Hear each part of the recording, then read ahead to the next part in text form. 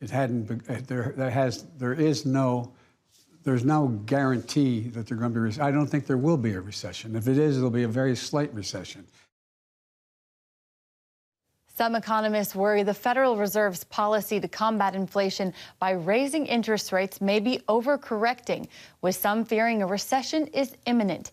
The Producer Price Index out today shows a third straight decline, but inflation sticking at record high levels, rising 8.5% since this time last year. And here with us now for more on our top story, Stephen Moore, chairman of FreedomWorks Task Force on Economic Revival. Stephen, it's always great to have you.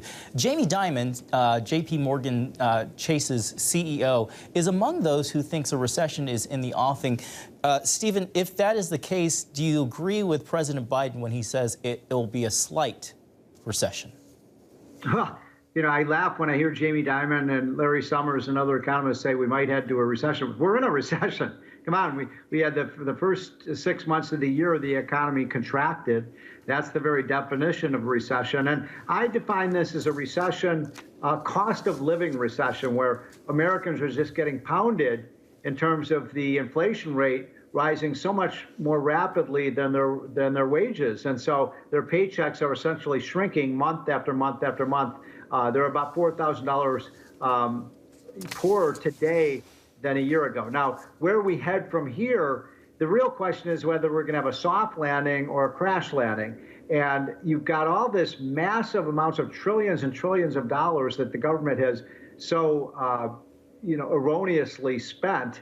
And now this money is into the economy, and the Fed is trying to pull it out of the economy, and that's going to probably slow down the economy somewhat. So I don't feel like we're in good shape. And don't forget, we're in the midst of an incredible bear market when it comes to stocks. So people's savings are diminishing as well. So, Stephen, if you believe we're in a recession right now, what is your advice to the American people? What should they be doing? Well, if you don't have a job, get one, because the jobs are out there. The one part of the economy that's healthy right now, Abigail, is the jobs market. I don't know how much longer that's going to last. You already hear signs of big companies starting to do layoffs, starting to do hiring freezes.